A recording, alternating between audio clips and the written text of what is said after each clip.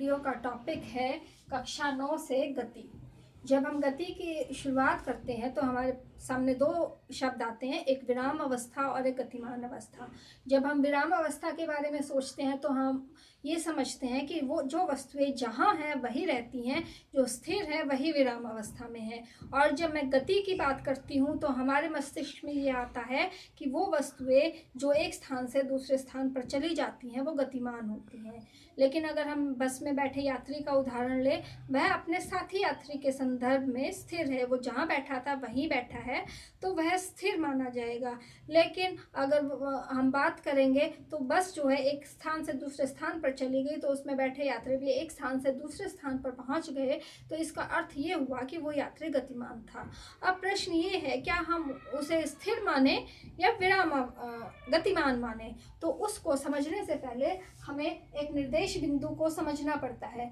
अब निर्देश बिंदु क्या होता है? निर्देश बिंदु हमें ये बताता है कि कोई भी वस्तु स्थिर है या गतिमान है। जैसे कि अगर हम बस में बैठे हैं तो हम अपने साथी यात्री को लें तो हम अगर उसे निर्देश बिंदु माने तो उसके संदर्भ में मैं स्थिर में हूँ, मैं जहाँ थी वहीं हूँ, मैं विराम अवस्था में हूँ।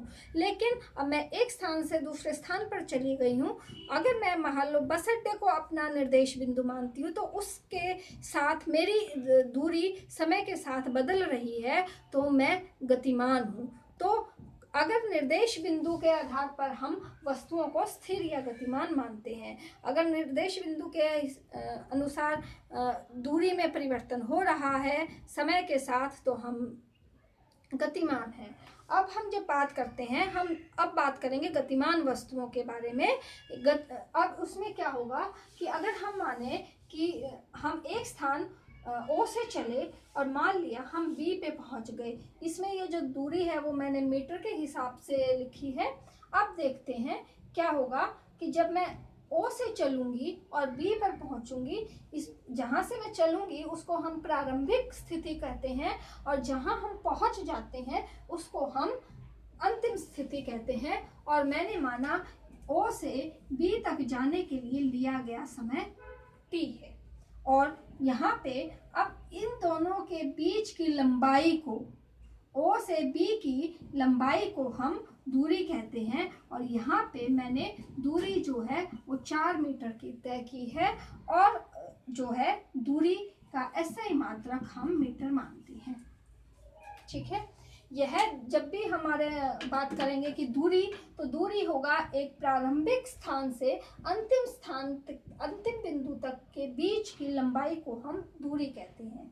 अब एक और शब्द मैंने लिखा है यहाँ पे, विस्थापन। विस्थापन क्या होता है? अब जो है मान लिया मैं ओ से चली, बी पे गई और बी से ए पे आ गई। मेरा प्रारंभिक स्थान ये है और मेरा अंतिम स्थान ये है। तो प्रारंभिक और अंतिम स्थान, अंतिम बिंदु के बीच की न्यूनतम